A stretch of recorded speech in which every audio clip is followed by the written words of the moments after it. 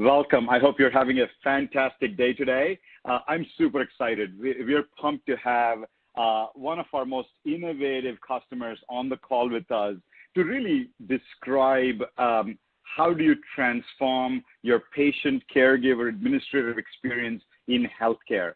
Thank you, everyone, for taking a very valuable hour of your time. I will assure you, you will find value, you will learn things you can do to go back and take and implement in your organizations. And if nothing else, if you ask a question today, if you type in a question, I'm giving away T-shirts. So you'll have at least something to show at the end of this thing. Once again, for those of you who've just joined, my name is Sudhir Mata. I'm the VP of Products at HIMSS. But really, the stars of the show today are Jeff Sora and his crew of innovators. Jeff is the CTO of the Orlando VA down in Florida. And we really made sure Jeff will present you the vision. I'll talk about the art of the possible with technology. But ultimately, what you're going to hear are from Greg, Jason, and Brian, the true stars of the show here, as engineers on how they actually went through the implementation of the use cases here and what is facts and what is fiction and how you get to take this back to your own organizations and implement it. So thank you again for joining. We're excited. And without further ado, I'm going to start off with Jeff. Jeff, are you online? I am. So hang on a second. I'm just finishing typing in my question because I want one of those T-shirts. That's right. Everybody, you get a T-shirt. Everybody gets a T-shirt. So anyway, Jeff, first off, let's start with what was the vision that you're trying to solve? What was it that you were trying to address in trying to embark on this project? What were your top priorities as a CTO of the VA? Maybe let's start there, and then we'll go into some of the use cases. Well, besides putting up, a new 1.2 million square foot facility, and the VA doesn't pop them up every day, so the challenge is all around just getting that facility alone, getting up to speed, but it's a brand new facility, so there's an expectation that there is a pervasive Wi-Fi and reliable Wi-Fi service for your facility, and then off of that basic is the vision was let's try to shoot for more real-time hospital and a patient engagement network instead of just a public Wi-Fi. Let's start engaging our veterans. Is when they're in their facility and they're walking into the door. And in order to do that and navigate them properly, park them to the closest door to their appointment, and use some of today's machine learning and AI to help us along on the patient journey and give some control back to that patient in their own journey as they're coming through the facility. So it was really more of a reliable Wi-Fi infrastructure. Layered on top would be the personalized experience, and which required an indoor navigation system. So that's what I was really looking at. Excellent. Thank you, Jeff. So what I'm going to do is actually summarize the top use cases you're going to hear about today and how to make them real, and then we'll go into exactly what was how it all transpired. I'm going to start at the top right here. The number one thing what Jeff talked about was how do we make the veterans patients experience in the venue as seamless and beautiful and simple as outdoor GPS and you turn on Google Maps or Waze or whatever. How do you find things? How do you navigate? The second one, how do we provide context-aware push notifications as they're navigating your premise? Then on the left-hand side, it's about asset visibility and finding where things are without overlay networks, right? And that was the one thing when Jeff talked about how do we put in a Wi-Fi network that is seamless and beautiful, yet have an engagement network that was great as well. And that's the whole theme of this today is how do you put one network to get patient experience, great Wi-Fi, and asset visibility and resource space utilization across the venue. That's the story of today. That's what we're going to go through and dive into from a customer perspective and use case perspective and implementation perspective. So let's start with the basics. Who is the Orlando VA? Jeff, maybe describe the vast expanse of what the Orlando VA is, and maybe specifically your facility. Sure. So we're very proud of this facility. And I've been on the project since it was announced. So that's about 9 years from the time it was announced to the time that we've activated until today and fully operational. So we're a 1.2, 1.4 million square foot facility, including our community living centers and domiciliary. So these are some of our outpatient facilities for assisted living, those of you not in the VA environment. So altogether, we're a 314 bed hospital, and we serve probably somewhere north of that 400,000 unique veterans coming through.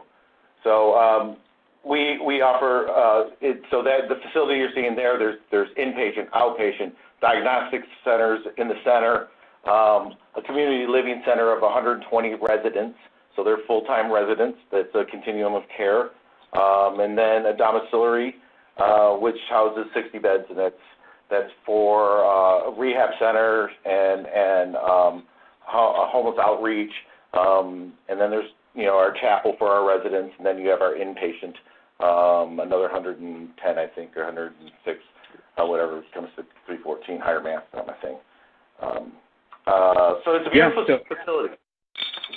Yeah, sorry for interrupting, Jeff. I would say absolutely stunning facility, but more importantly, a state-of-the-art facility for doing probably the most noble cause of them all, treating our war veterans coming back. So thank you. Sorry for interrupting. So let's start with, okay, so I think this should be representative for many of the folks on the call. If you're a 100-bed hospital or a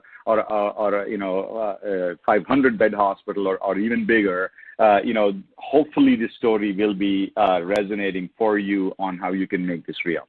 So let's start with the business goals, right? So what were the high-level business goals, as Jeff, you talked about maybe just a couple of slides ago, in terms of, what were you trying to achieve at this engagement? So trying to achieve a pervasive and reliable Wi-Fi experience. That was one that we were insistent on, that it be pervasive, that it wasn't spotty in anywhere, and we were getting consistent coverage, and we put a lot of thought into how we wanted to do that to make sure that part was good. Because you're never going to get to your personalized experience or a patient engagement network. You can't transform that unless you have that basic building block. So, but when you started getting into that personalized experience, to what you said earlier, you touched on that these overlay networks. This is my problem. I started falling into these overlays, but that's okay. But I was going to get there. I just didn't know what the challenges were, and we'll get to that next. But so the next part would be to transform that from the guest Wi-Fi into a personalized veteran experience or an engagement network, and start getting some value and talking to your patients that way. And then almost as an additional, the asset visibility piece wasn't high on my radar, but the infrastructure lends to doing that. So it's hard to get it off your radar. You'll find it when you go down this journey of an engagement network. You're going to say, oh my gosh, well, I'm already doing this with inside GPS. Now I just need to find my assets because my AV pumps are going all over the place. So it's an evolution of moving into the asset visibility. It wasn't a key target goal, but the minute I knew that we were putting GPS indoors, it became a key goal. Great, excellent. So what were you trying to overcome? What were the challenges in getting to this? So the challenge, overlay networks was huge. The cost and the OpEx of managing these old beacon contact beacons that you place on the wall that are batteries. There was very limited on management. I just couldn't see myself going down that road. I knew that there were some products coming out down the line, and I've had my eye on things. So I was waiting for industry to kind of, this category had to evolve, and it was ready to evolve, and I was waiting to see so I was waiting for industry to kind of pick up to where I didn't have to use those battery operated things. And then to my surprise, these overlays, there's one after another and another. I'm thinking, well, how many more do I have to do? That was just one for the indoor, and I wanted it to be made manageable and to scale properly. So then you've got the location for high accuracy. So if I do put this older technology in, now how am I going to really find out? I'm not trying to compete with an RTLS. I'm just trying to look for my visibility into those assets. A wheelchair that they need that it's hanging out in the garage every day when I leave work, and get those back in place and keep our equipment where they need to be. So those are the challenges. Was really there wasn't the proper infrastructure to really do this nice and cleanly. There just wasn't. I knew there was technology that this category was growing. I didn't feel like I was early, but maybe just a tad. A couple of years ago, I was early on this. But industry's now starting to catch on. Perfect. So to summarize, Jeff, for this slide, it was about delivering patient experience without overlay networks, basically using one network for Wi-Fi and BLE, not using battery beacons for BLE, and oh, by the way, can that same network also deliver asset visibility? So I think that was the challenge and the opportunity you were after. And so now let's get to it, right? What exactly have you guys deployed today? What does the patient experience, and I know we're going to get into with engineers a little bit more detail, just talk about the 4 things that are here that we're going to expand on in the subsequent slides here. So yeah, we've got for us it turned out 2 things. We've got a patient experience kind of platform, and then again for us we also have this location-based services network, which I have my visions. I'm winding down this patient experience. It's not completely done, but so we've got a full BT11 infrastructure that is currently in, originally designed for wayfinding, bringing our patients from door to door, from their door, their appointment, all the way to the clinic, and we switched it up a little bit. That was we put it in for wayfinding, but apps. I find out as I'm going down this journey, or as we go down this journey, I find out there's these pieces that when you're kind of early in a category and an early adapter, you do have to wait for the right pieces to come along. And the VA, when you're first, we don't have the right app. Now, we have the wayfinding experience. We're just looking for the right apps. Are a little bit difficult. So what we did is, instead of let's do location-based services is high on the list of most people in this organization, finding their vacuum cleaners. Not that they're missing, but people tuck them away in these closets, and so we rededicated to that because we're putting in a full patient engagement platform using HIMSS AP41. So when we learned about HIMSS and what HIMSS antenna could do, they take all these verticals, and horizontally put them all into one access point. So we changed a little bit of tack there. and for a very good reason is that it'll give us that Wi-Fi that we want. It'll give us the wayfinding that we want, and it'll give us the engagement that we want. And then we can still have this other location-based services that we're finding it's evolving into not just asset visibility. There's an IoT port that Greg, who's an electrical engineer and works on our IoT projects and is very familiar with facilities, that he's using to interact with the buildings. Brian is our network engineer, and he's using the MIST technology with the AI and the and machine learning and Marvis to make it a more manageable. I don't want to say that I don't need Brian as a CCIE, but he's helping us get there, and with the newer products. And then Jason works on the location-based services mostly around the asset, and there's a lot to go along there. But we're moving. I always feel like I'm behind, but it seems like we're doing pretty well. Awesome. Thank you. Actually, some really good questions are coming, guys. Thank you, Jeff, for leading us into this. So keep the questions coming. And actually, Liz, I won't use your last name, but thanks for the question. You were leading us into the next slide. Your question was, what is the BLE platform? What is BLE, right? So here's really how I want to say we are embarking down this path. Bluetooth Low Energy, Apple and Google. But when Apple made the Apple Watch, many moons ago now, and with iPhone 5S, they went all into Bluetooth Low Energy.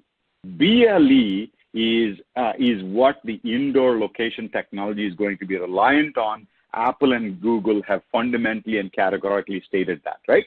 So that conversation is over. If you need to engage patients with a mobile app, it is about BLE. So how does BLE work, right?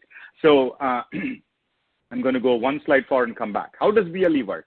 BLE works exactly like outdoor GPS. So what happens outdoor GPS, right? Outdoor GPS, our phone receives GPS signals from 7 satellites or 6, and then basically, looks at them on the device and says, you know what, I believe I'm at this GPS location. Hey, Google, bring the map for this location to me and show me the map and put the blue dot on it. That's it. That's how outdoor GPS works. And that's why we're able to have a few global satellites, serve GPS to 7 billion people, right?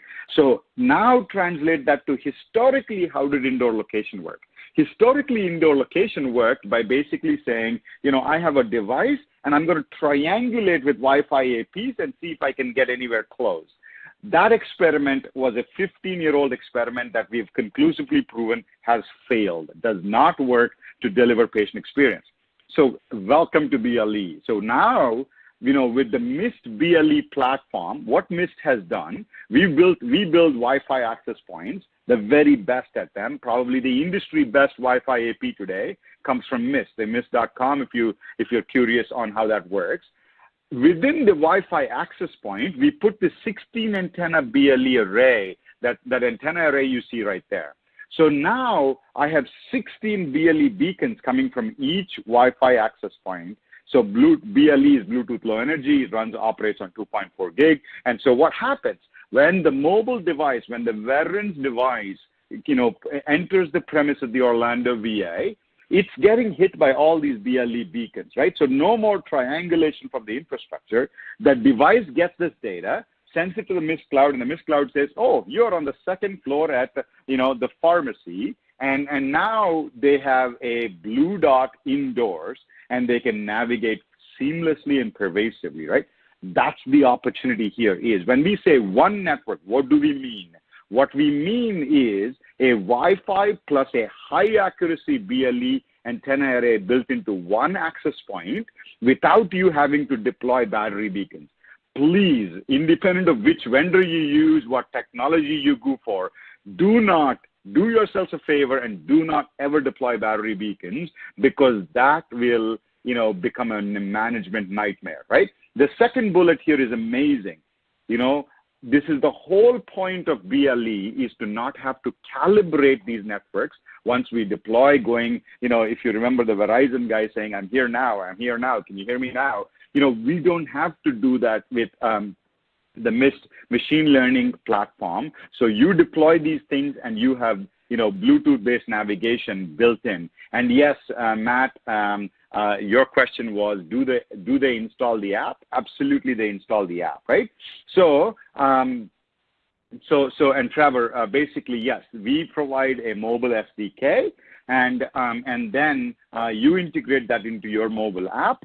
We take responsibility of making sure the mobile SDK gets accurate location. You are, in the business of providing services, and we are in the business of providing accurate location technology for you. And there's lots and lots of interesting use cases. Once we have them on a mobile device, on the premise with accurate location, the world opens up. Don, your question was, can patients provide real-time feedback of the care, of the experience they're receiving in the facility? Absolutely. This lets you give you a feedback based on the location they are in at, right? Again, amazing things are possible once we truly enable indoor navigation location.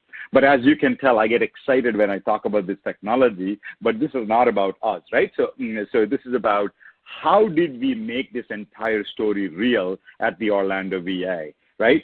So again, just to summarize, the piece that I'm trying to belabor here, 3 things. Start at the right. Patient experience and administrative experience and caregiver experience will forever be transformed if you go down this path, and that's what we're seeing at the Orlando VA. You will have asset visibility, unprecedented asset visibility in your premise with the same Wi-Fi network using BLE, right? So this is what is the art of the possible is. So now let's talk about, okay, how do we make each of these, 4 services real, right? And Jeff, since you and I have already taken too much time, let's get to the engineers. And so let's talk about,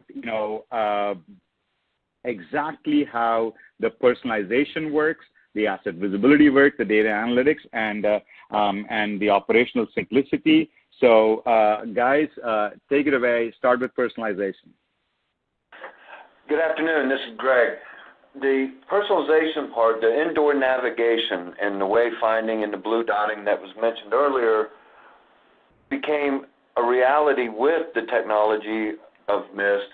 And walking through the building, as you can imagine, trying to navigate through 1.2 million square feet is challenging, even for an employee, let alone a veteran coming for the first time.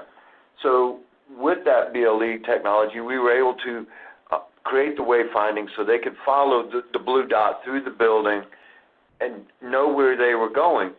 Well, after doing that for a while, it came to a little bit of an enlightenment, with the AP41 and the IoT port, since I'm a building automation, what can I do with this port? And then I discovered, since the port, and I can get more into depth in it, was a wired port, it enabled me to control systems within the building. I could, lock, unlock doors, sky's the limit. I could interface with the building to help the staff or help the veteran. And, with the BLE also enables to find assets and things of that nature, which Jason had been working on. Yeah, so I've been in the location services business probably for about 5-6 years now. I sit on the board at the IEEE for location services and healthcare. And up until about 6 months ago, I had no experience with the BLE environment whatsoever. But with previous relationships with Jeff, he brought me in, kind of said, here's your playground, here's what you get to do.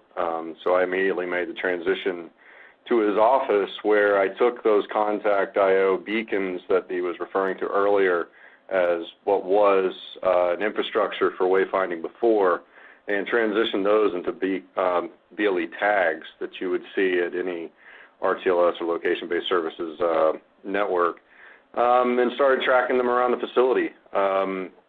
It's not a smart device, so it beacons at a much lower rate, but even at the limited performance that the tags provide, already get 95% or better room location accuracy, which is fantastic.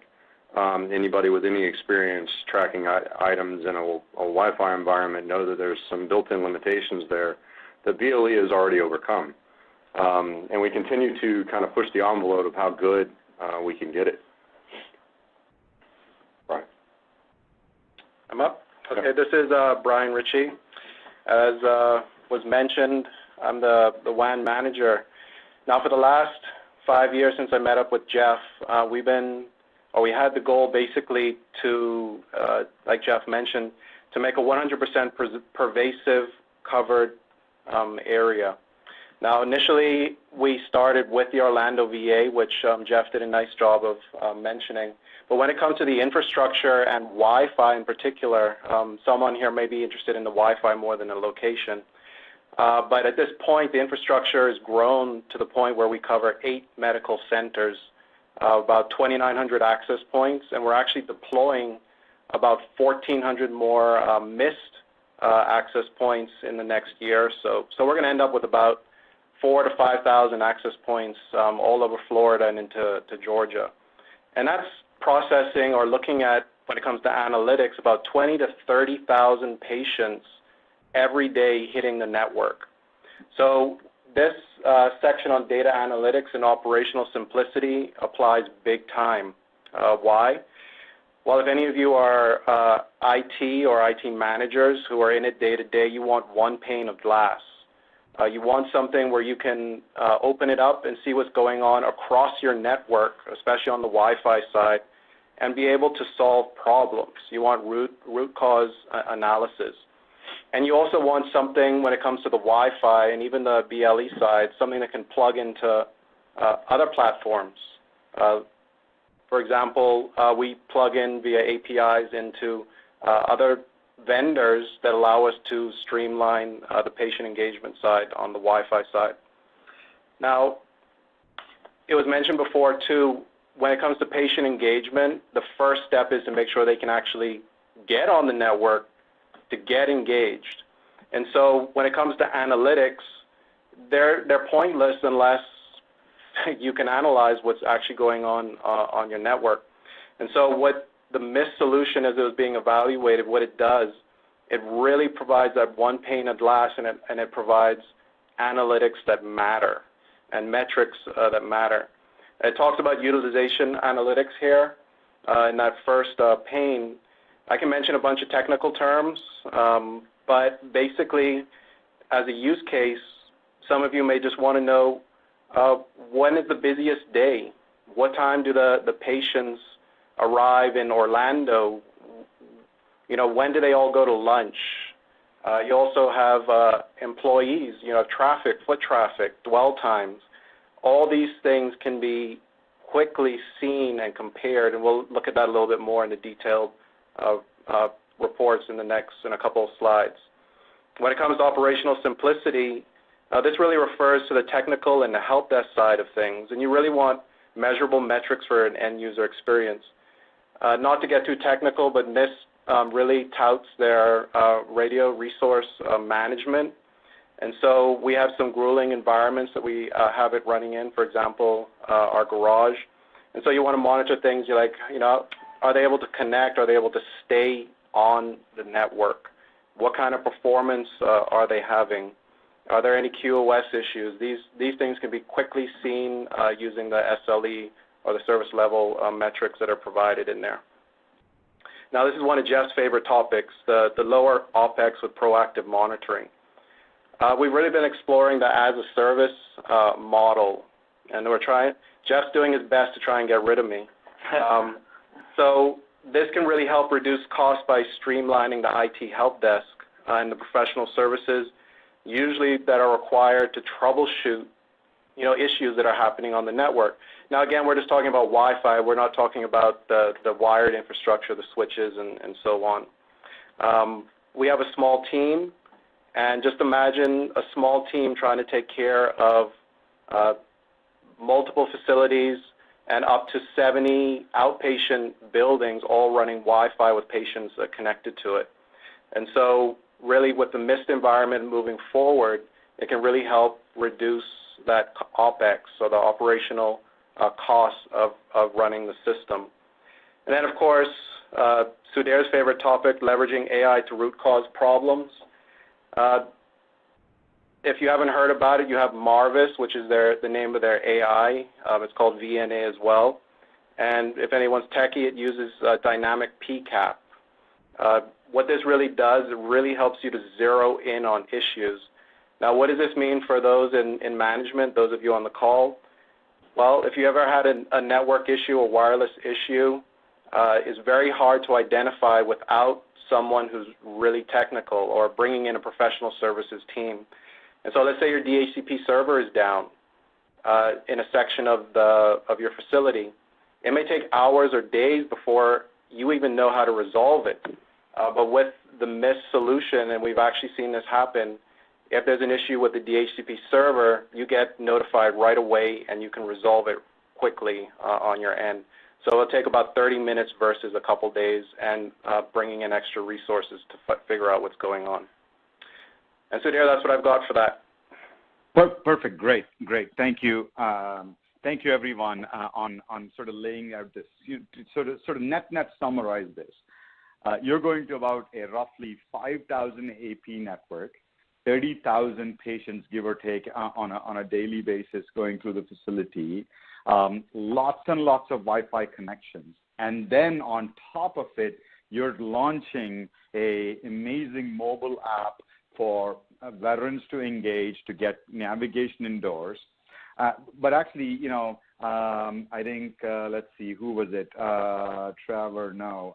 Tammy was asking, what applications can you do without a mobile app? And I think Greg laid that out, is asset visibility. When you are talking about asset visibility, there isn't a mobile app, right? So there's applications with a mobile app with using Bluetooth Low Energy, using the same infrastructure, and applications without using a mobile app for asset visibility. And so all of these are in one pane of glass, being able to see that.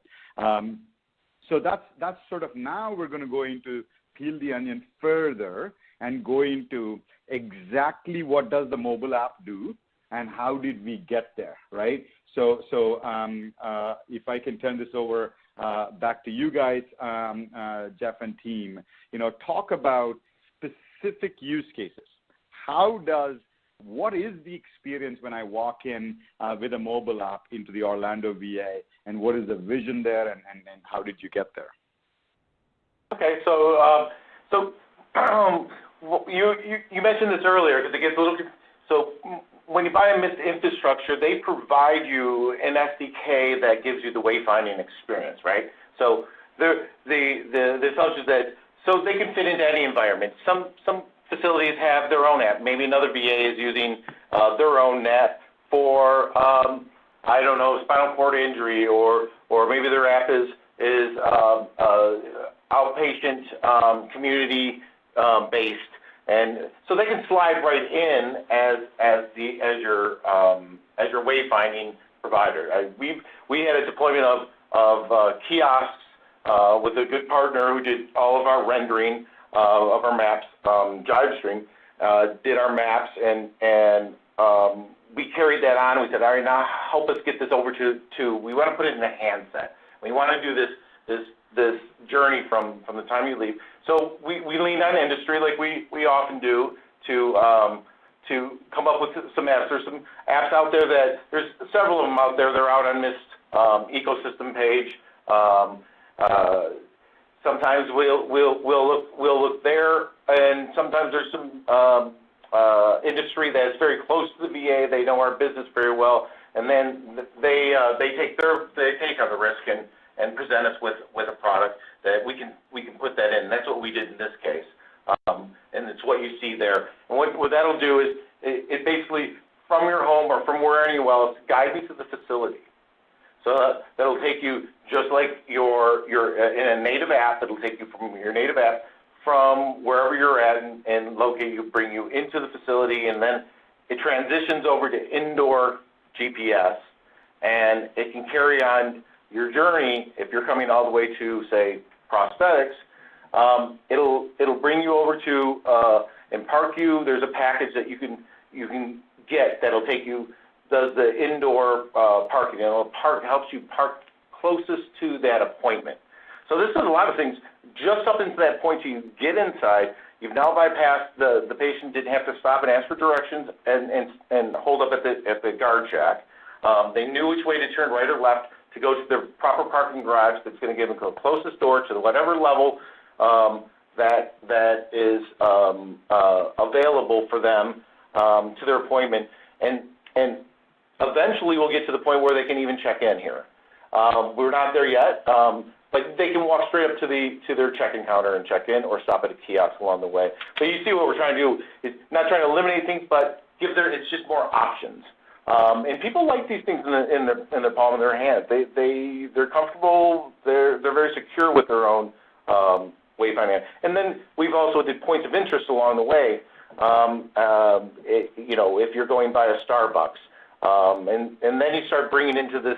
Intelligent space is a very powerful thing when you now have this intelligent space, and again, we design. We're in the hospital business, as most of you are, right? So you don't want to eliminate the touch factor that we all like to give in healthcare, but you don't want to not do technology.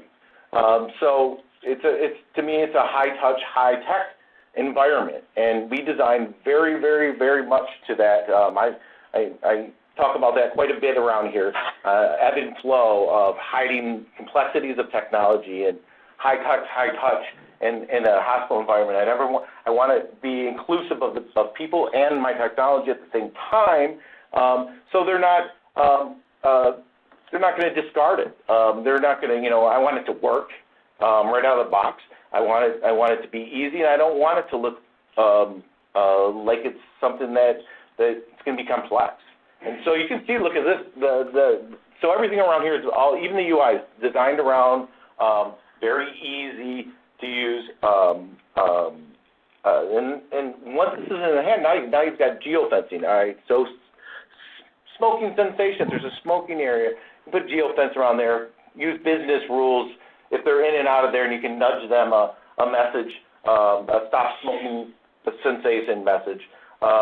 There's in the women's clinic, have you get your mammogram. There's for those of you not in the government agency, you monetize other ways, right? You can monetize and get ROI by selling things. In the VA, we would do. There could be sales at our gift shops. So there's just many things. There's this notion of think about what Uber did to disrupt our transportation industry. I mean, it was one of the biggest that I can think of it in my mind of how that transportation got disrupted. And think about bringing that indoors to an associate customer model, and what an indoor Uber environment can now give you. So all those things we do outside, we're doing now inside, and it keeps growing with us. We keep finding more and more things. Okay, so yeah. So you already covered a little bit of this, Jeff. Sorry for interrupting. But I'll tell you, I've been in healthcare and worked with probably the top 50 hospitals in the country and some globally as well for over 15 years.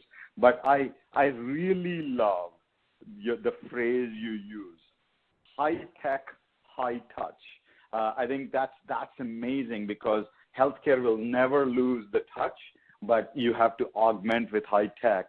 And I think that I love the vision. I've never heard that phrase, high tech, high touch, and high touch, high tech. I think that sort of symbolizes everything you're trying to do here.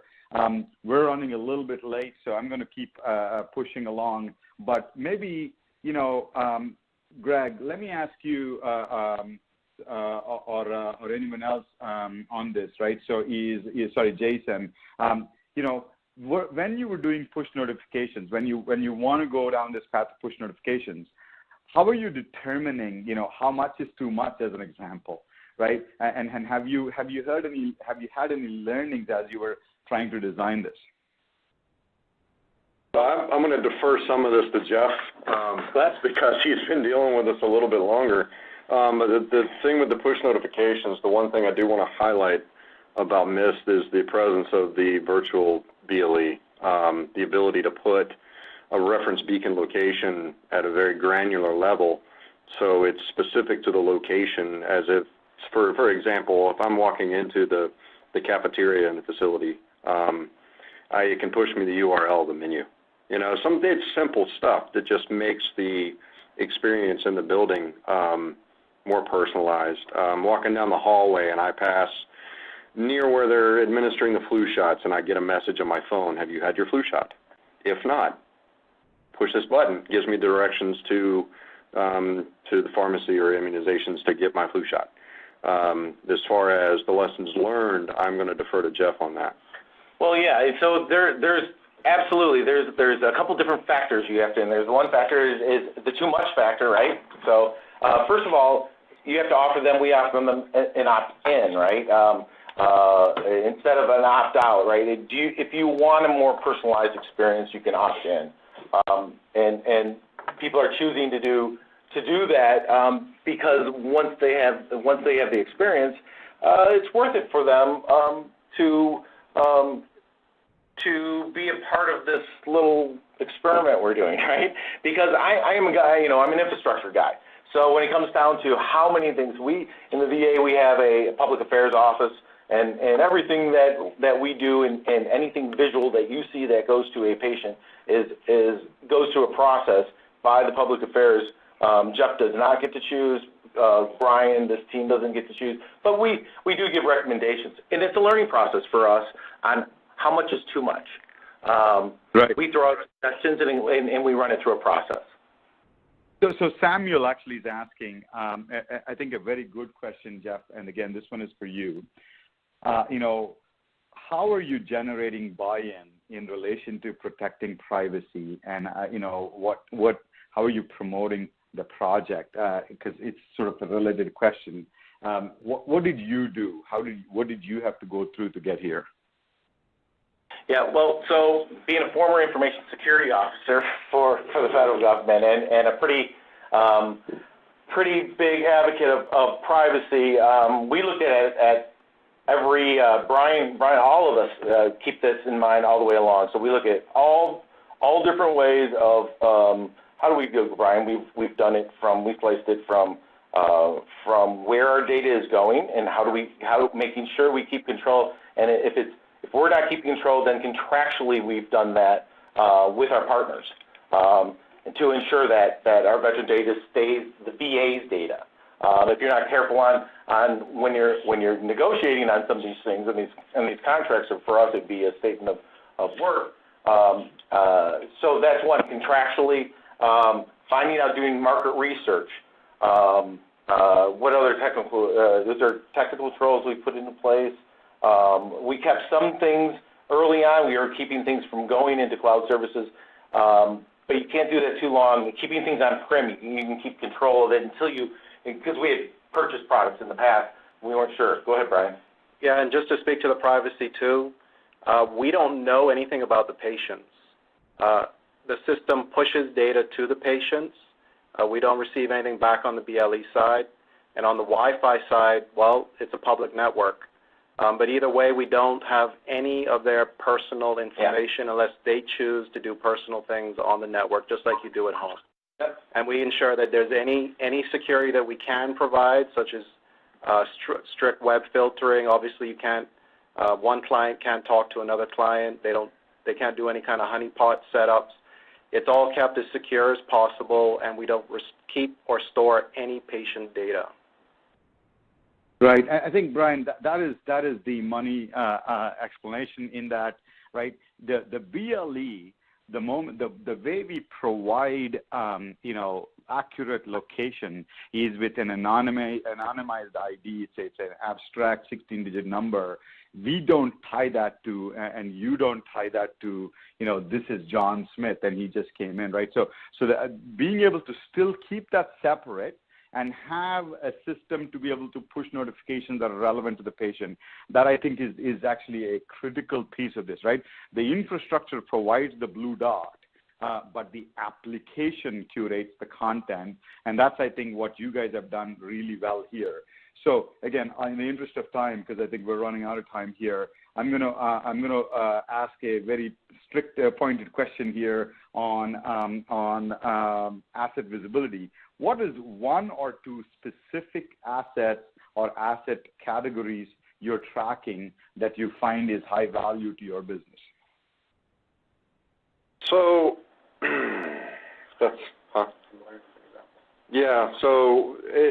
that's a hard question to ask because high value is dependent on the department that's wanting to track their equipment, right? There's a lot of high dollar equipment that doesn't move, and then there's some low dollar equipment that moves all over the place, and it boils down to efficiency. And then you have the fact that you have the potential to track patients, right? Which I'm going to let Greg get into a little bit more later. I do want to highlight the fact that what makes this product unique and desirable is that it's open-ended, it's tag agnostic, and it's application agnostic. So if I want to plug an application dashboard into it, I point the location data to that dashboard, and I can use that if I so choose. And it's kind of future-proof because it's utilizing BLE tags. The limitations are the tags you buy, not the infrastructure that you have in place. And as Jeff said before, I don't have to layer anything else on top of my existing infrastructure to be able to track my equipment around my facility. Right. Actually, very, very well said. I think that's critical is today because the HIMSS infrastructure provides BLE and in this case, listen capability.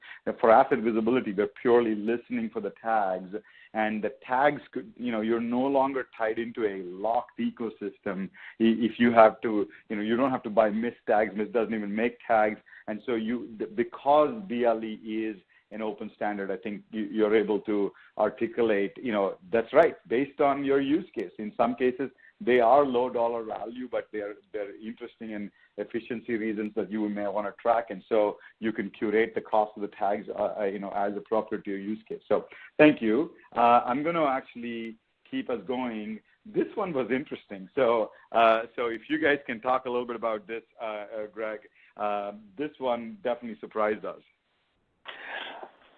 Yes, the IoT extension in the port off the AP41, how that came about is our community living center, which is also our assisted living center for our elderly veterans. They had a need because we have a dementia ward, and they had a need to track the residents, but yet keep them safe. The VA is all about quality of life in the CLC. They want to allow them the freedom to walk around and not keep them locked up in a room, like a cage. And they were looking at, other technologies out there that had been out there. But once again, like Jeff mentioned earlier, it was another network, it was another vertical silo, one more piece of computer equipment on a charge nurse desk that she had to look at, which, gives a burden to the workload of the clinical staff. Well, with the IoT port and a BLE tag, since we can use any tag, we work with manufacturers to create a hermetically sealed bracelet that's hypoallergenic and soft on skin. And, I had the clinical staff work with me on that, on the design specs. We can now put the bracelet on them. The residents, they have the quality of life to walk around the building. And when they approach an exit door, the IoT port is hardwired to the door controller. It locks the door. The interesting thing about it is once it locks the door, the HIMSS has the ability, since it's cloud-based, to also send a message to the nurse, to their communication device that they wear, to let them know that this tag is by this exit door, so then they can go get that resident and move them away from the door. What makes that different from anybody else is, once again, it's the same MIST AP41 augmented with the BT11s to get a pervasive BLE coverage. Is if it was a traditional wireless solution where you have controllers and all this other, you wouldn't be able to do that. But since MIST is cloud-based, we were able to do that, and it's all on one network. Same infrastructure. Yeah, it's all on the same infrastructure. And now that we've done that, and the photo there, that's an actual hallway in the community living center. But now that we've figured out how to do that, there's other possibilities that we're pursuing now, to where, certain rooms, if they get a high volume of traffic, notify housekeeping and say, this room has had a high volume of traffic, it needs to be cleaned now, and we can notify them in that function. And this is where I think MIST might tell themselves a little short in the location services, because our vision here is, it's not just asset visibility, it's location services. And asset visibility is one service that will be off of our location service. And now we've got solutions, patient elopement solutions. We've got Greg is working on a occupancy counting right for restrooms, so it can trigger messages. So many people have been in this restroom. There's challenges inside. All of these little things with these building systems. So as we go down and on our journey, we're finding more and more of these. And this is just the first of the most interesting for you, Sadir. Right. No, I agree. And you guys are innovators and pushing us hard. So we're really up against the clock. So what I'm going to do is actually move Brian forward, because I think this is powerful, right? A lot of this, experiential use cases will not mean anything if IP can't actually support the wireless network, right? If your day job is putting out fires, then you're not going to be in the service delivery business. And so, I'm so pleased, you guys challenged us. Brian, you gave us so much feedback as MIST was being built, and Jeff and team on how you want the management to be simplified and the experience to be better from an IT operations perspective. So Brian, I'm going to turn this over to you in terms of how you use some of the operational simplicity, because everything else is for naught if you can't manage this network. Exactly, and because we're short on time, I'll sum everything up quickly. So, especially since now that we have a couple areas deployed with MIST, this has been invaluable to find out what's going on the network. For example, it has the screen there. That's what the page looks like, but you can actually drill down into each one of those areas. For example, the time to connect. Now, for those who don't know, that means how long did it take the client to connect to the network. One of the other options, if you scroll, well, you can't scroll down, but it'll tell you there how is DHCP performing. Is it taking 1 second for it to respond, or is it taking a minute to respond, or is the server responding at all? And then another part of it too is one of the big issues is APs going offline or having issues. And so we actually just used it yesterday to troubleshoot an access point, and it told us right away that it was had a software issue, and we just upgraded it, and within a few minutes it was back online and running without an issue. With the other solutions that are out there, it's very hard to even ascertain that information. Now if we move to the next slide, it talks about detailed records and location analysis. These are actually live reports from the system. You probably can't see it too clearly, depending on how big your screen is. But just to give an idea of how you can use it, rather than getting into the technical side, is you may want to compare a couple sites against each other. So in there, I'm actually comparing one site versus the other site. And with the dwell times, you can see, for example, how long a patient was in that building. You may see the 40 there. You can see that the patient was there for about 40 minutes, and the other site is about 30 minutes. And the other graphs show, for example, when the patients or when the most connects came in, and also when they started leaving. So you get these ebbs and flows and all these little quick real-time graphs that you can do quickly. There's no added boxes or third-party solutions that you have to purchase and plug into your controllers. It's all in that one pane of glass, and you get very detailed, usable information, which, of course, I value very much. Yeah, thank you, Brian, and thank you, everyone, for the questions.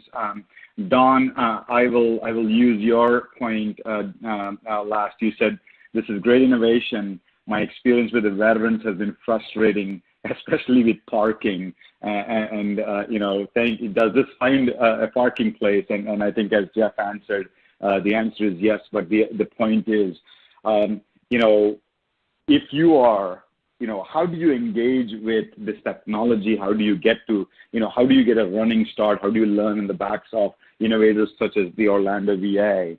I would say, you know, reach out to sales@miss.com, reach out on our website at miss.com.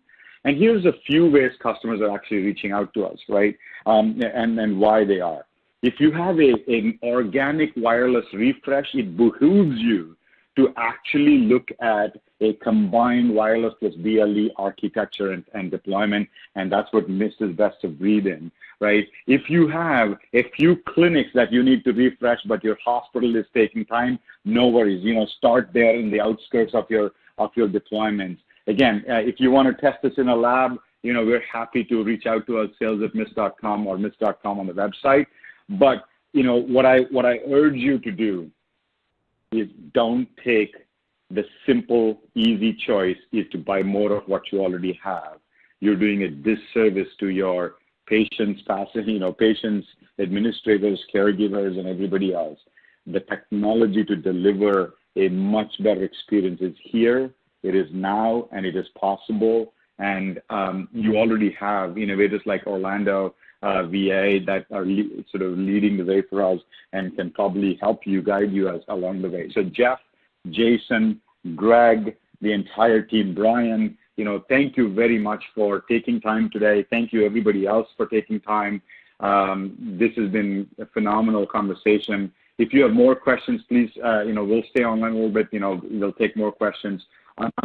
I think your question is, how do I actually engage with MISS? As I just said, you know, if you go to miss.com, there's a contact us post that you can start, or there's a chat window at the bottom, and we'll get you hooked up with our team in India. I think you said you were in India. So everybody, Jeff, anything else you want to close out with, and then we'll turn it over to Ashley? No, not at all. Thank you for asking us to this. This was the first time we've ever done anything like this, and we've enjoyed it very much. Thank you. Ashley, maybe anything you want to close out with? Yes, thank you all for such a wonderful presentation. That was very informative. And to our audience, thank you for joining us today. I would like you guys to invite you to complete the evaluation at the conclusion of today's event and share your thoughts with us. As a reminder, today's session will be available on demand until September 20th, 2019 through the HIMSS Learning Center. Have a great day, everyone.